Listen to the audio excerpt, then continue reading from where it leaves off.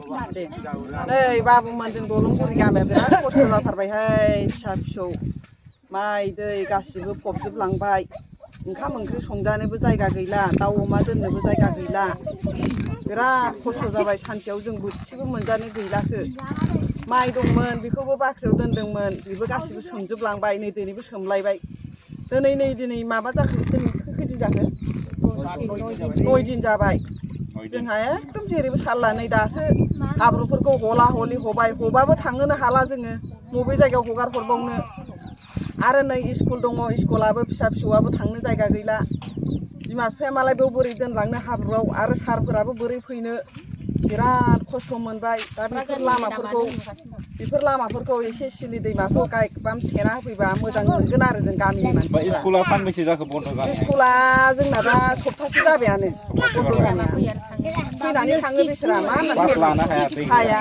आरो गथ'फ्राबो उन्दै बे दैखौ बोरै बारलांनो आरो जोंबो मानसि गिदिरा बोरै दोननानै फैनो दैयाव फैयोना गथ'फ्रा बिनि थाखाय जों गथ'फोरखौ दोनलांनाय जायाखै बोसोरफ्रामबो दैज्लां बोथोराव बेबायदिनो जाबाय थायो एबार बांसिन जादों देग्लाय बांसिन जादों आरो होनबा देग्लाय एकदम बैसां न'बाबो गासिबो बैसां न'आवनो गासिबो जि बनानै बनानै जों बिदिसो ओंखामखौ संनानै जायो दैखौ सारगारखांनानैसो बिदि जायो जों नोंथांमोना मोनसे सरकारनिसिम माबाफोर खावलायहरनाय दं नामा सरकारनिसिमथ' जों बिदिनो लुबैदों दा थिंफोर हरो ना तिरपालफोर हरो ना जानाय लोंनाय एसे एनै दाउ अमाफोरखौ लामाफ्राव एसे दैयाथ' लामायावबो गाखोखायो नालाय होमबाबो जों बेफोरखौ लुनानै दोननो बेखौ हरबा एसे मोजां जागोन आरो एमएलएफोरा गिबियावनो सिलाफोथार दफ्रा दुलाराय बर' फरायसा आफादनि जानानै बड'सा खौरां आरो बर' खौरांखौ बरायग्रोना लाबाय नंगौ गोबां बोसोर 5-6 बोसोर सिगांनिफ्रायनो नैबे गग्रा दै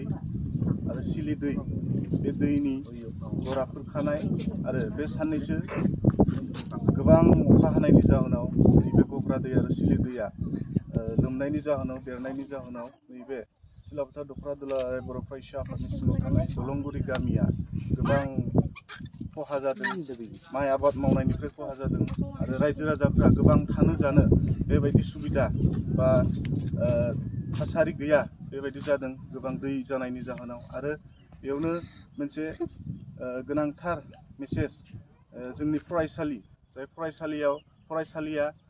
फरायसालिनि फोरोंगिरिफोरा बा गथ' गथायफोरा थांनानै जोंनि फरायसालियाव सोलोंथाइ लानाय हेंथा सोमजिदों दैबानानि जाहोनाव आरो बे फरायसालिखौ फुरा बे सिलि दै गग्रा दै आरो गोबां दैया बेखौ लोमजोबनानै जे मोनसे फरायनाय अबस्था बेखौ गैया खालामबाय थ' बेखौ जोङो दुलाराय बर' फरायसा आफाद सिलाफोथार दफ्रानि जानानै जोंनि स्थानीय बिधायक एमएलएखौ जोङो खावलायदों जे नोंथांमोना बे गामिखौ फैनानै नोजोर बोनानै बे गामिनि जेंना दैबानानि जेंनायाव जे रायजोफोरा भुगिनांदों बेखौ जेन नायफैनानै बे दैबानानि जेंनानि थासारिखौ नायनानै नोंथांमोना जेन बे दैमाखौ होबथायो आरो बेयाव गोबां जानो थानो उन्दुनो जेबो थासारि बेबायदि गैयै जालांदों गोबां दै जानायनि जाहोनाव न'खरफोरखौ सिफायलांजोबदों न'खरफोरखौ दैमाया बुखारलांजोबदों बालाजों फबजोबलांजोबदों आरो थोरसि लथा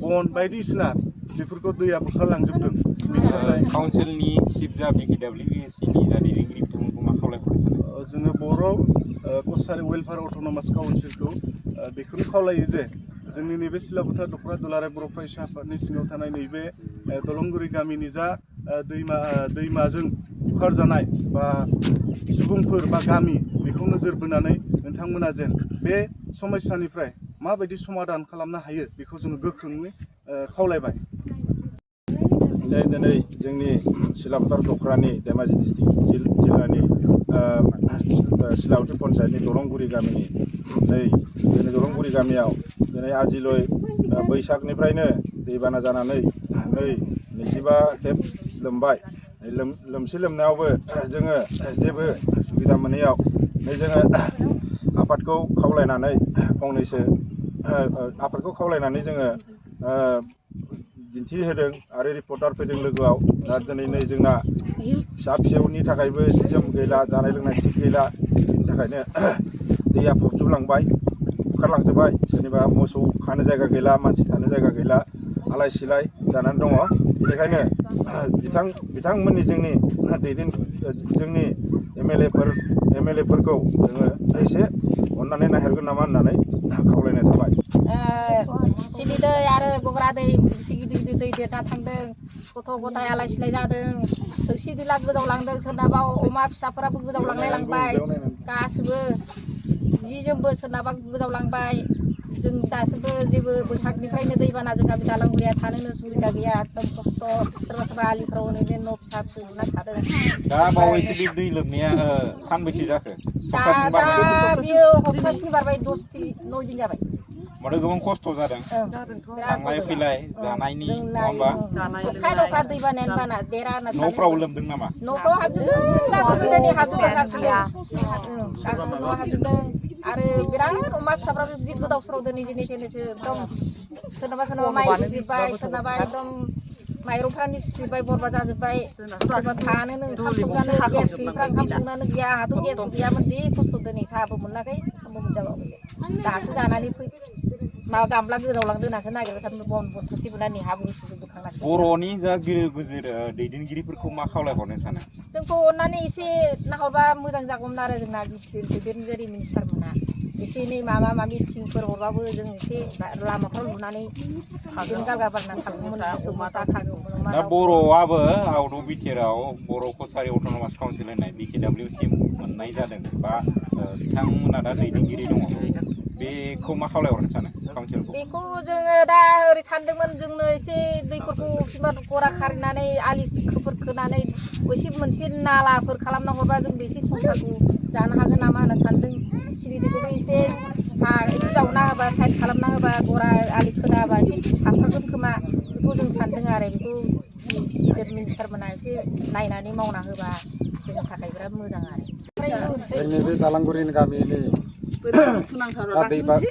दैबानायाव लोमनानै थानायाव दा जोंनि सिलाबोथार आनसलिकनिनो दा जोंनि फरायसा आफादफ्रा जोंनि दा बे दालांगुरि दैयाव गोग्लैसोना थानायखौ दा फैनानै दा जोंखौ नायनो फैदों।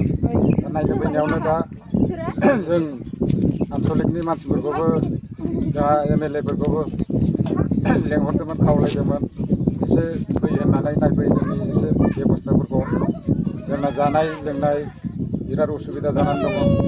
पन्सायतनि प्रेसिडेन्ट सेक्रेटारि दैदेनगिरि बिथांमोना खबर लाफायाखै नामा नोंथांमोनखौ? दा जोंनि बे दालांगुरि रायजोआव जोंनि पन्सायतनिबो रावबो फैयाखै, आरो जोंनि बे जुनाय हमतिनि MLA गुबुन फैगौ बेबो खुनु फैयाखै नायनो। जोंनि बाहायनो MEC-नि MLA-बो दंमोन, आं बेखौ खेबसे थांनानै आङो खावलायदोंमोन, जोंनि बेहाय एसे नायदो सार, मा मोनसे बेबस्थाफोर। कालभार मोनसे बिहैदोंमोन आङो, स्कुलनि खार'नै गथ'फोरा बारनो हाया, आरो बे स्कुलाबो फबजोब्बाय, आरो दैया ओरै खारलाय माने बहुत बेबस्था, माने एकदम बिराद गाज्रि अबस्थायाव जों गोलैनानै दङ। दा जोंनि फोरोंगिरिखौबो जों मा बुंनो हानो, फैयो आरो थांफिनो, फैयो आरो थांफिनो। दा बिसोरखौबो जों बुंनो हाया जादों। दा गावनि जोंनि गामिनि अनुस्थाना गथ' गथाय उन्दै उन्दैफ्रा दा बारलांनोनो हायाबालाय बिसोरबो मालाय माथो बुंनो हानो, जोंबोथ' जेबो बुंनो हाया। दा आंनो जोंनि हिरिम्बापुर स्कुल बड' LP स्कुल बिनिनो आङो प्रेसिडेन्ट। आङो स्कुलखौबो गथ' गथायफोरखौबो मोजाङैनो आपडाल खालामनानै नायगासिनो दङ।